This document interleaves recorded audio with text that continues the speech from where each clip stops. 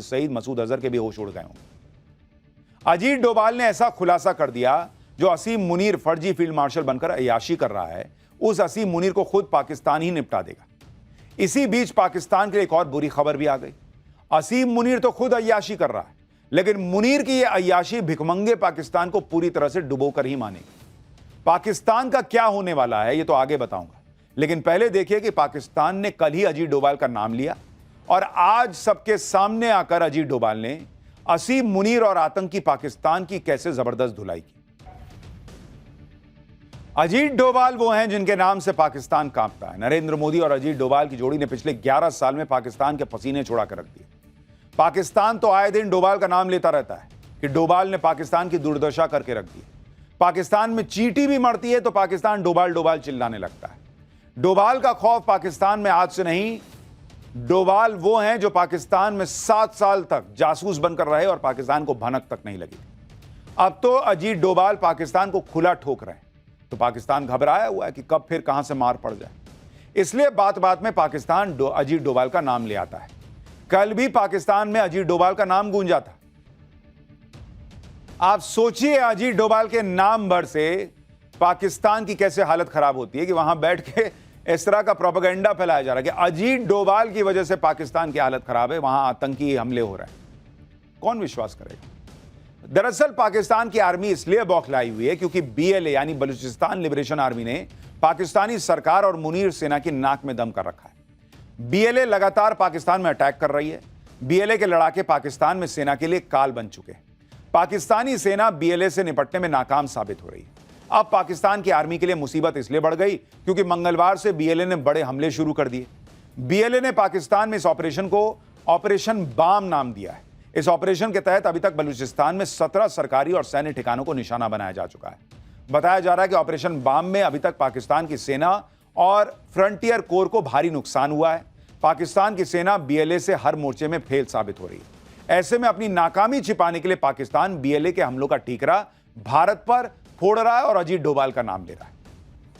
लेकिन दुनिया जानती है कि आतंकवाद को कौन पाल रहा है। मुनीर की आर्मी खुलेआम आतंकियों के जनाजे में दिखाई दी थी। मसूद अजहर और हाफिज सईद को पाकिस्तान पालता, ये सब जानते हैं। वहां आतंकी खुलेआम घूमते हैं, रैलियां करते हैं। पाकिस्तान की पुरानी आदत है कि पाकिस्तान में जब भी कुछ हो जाए तो भारत पर आरोप लगा। लेकिन इस बार पाकिस्तान की आर्मी ने अजीत डोभाल का नाम लेकर गलती कर दी। कल पाकिस्तान ने अजीत डोभाल का नाम लिया और आज अजीत डोभाल ने मुनीर, हाफिज सईद और पाकिस्तानी सेना सबको धो डाला। Thereafter, a lot of things are said that this thing, foreign press and all these things, they said Pakistan did that and this. You tell me one photograph, one imagery. In, these days, these imageries are from the satellites all over the world. They are this thing, which shows any Indian damage being done, even a glass pane having been torn. I don't know, only our forces will be knowing what's happening in this thing, but I am just telling, they brought out photographs, they wrote this thing, the New York Times put it this thing, put out very this thing. Only imagery, they said 13 air bases of Pakistan now and now, before 10th May and after 10th May. यानी अजीत डोभाल खुलकर बता रहे हैं कि भैया पाकिस्तान को ऐसा ठोका कि पाकिस्तान को नानी याद आ गई।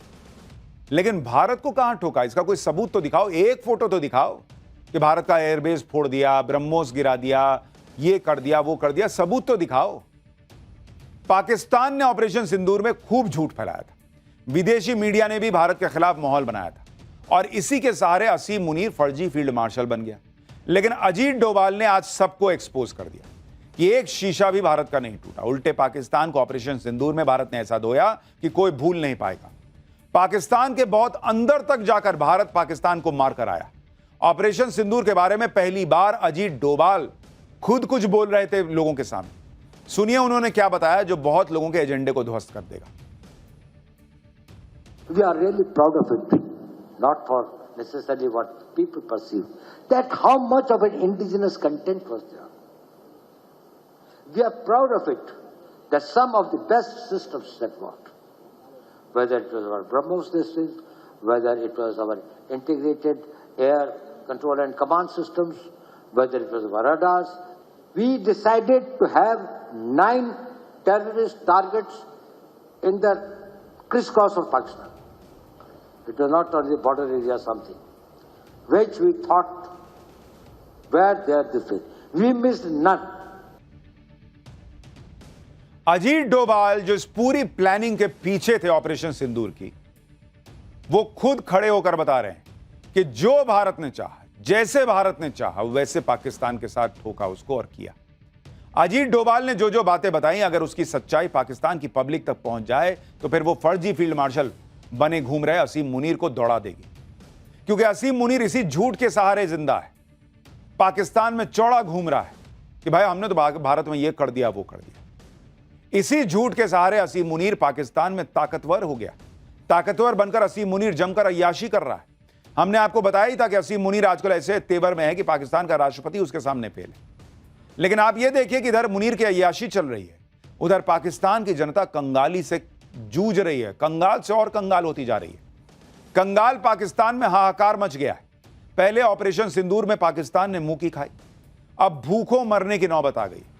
वर्ल्ड बैंक ने जो नई रिपोर्ट जारी की है उसके मुताबिक पाकिस्तान के लोग और ज्यादा गरीब हो गए। इस रिपोर्ट के मुताबिक पाकिस्तान में 44.7% लोग अब भी गरीब हैं। यानी पाकिस्तान की 25 करोड़ आबादी में से 12 करोड़ लोग अभी भी गरीब हैं। हर दिन 250 रुपए से कम की आय वाले लोगों की संख्या 4.9 से बढ़कर 16.5% हो गई। यानी पाकिस्तान में आप सोचिए भिखारियों की संख्या क्या है भाई, 16.5% लोग वहां ऐसे हैं जो दिन का 250 रुपया नहीं कमा पाते। पाकिस्तान में गरीब लोगों की आबादी लगातार बढ़ती जा रही है। मल्टी डायमेंशनल पॉवर्टी इंडेक्स बताती है कि पाकिस्तान में 30% से ज्यादा लोग स्वास्थ्य, शिक्षा और जीवन स्तर में भारी कमी का सामना कर रहे हैं। इस दिशा में पाकिस्तान से अच्छे तो पड़ोसी बांग्लादेश और नेपाल के आंकड़े हैं। वर्ल्ड बैंक ने अपनी रिपोर्ट में बताया कि अगर बड़े सुधार नहीं हुए तो पाकिस्तान दक्षिण एशिया में गरीबी का सबसे बड़ा सेंटर बन जाएगा। तो ये तो हाल है बॉस कि खाने को दाने नहीं, और ये पाकिस्तान जो है वो भारत को धमकाने निकलता है कि हम ये कर देंगे, हम वो कर देंगे।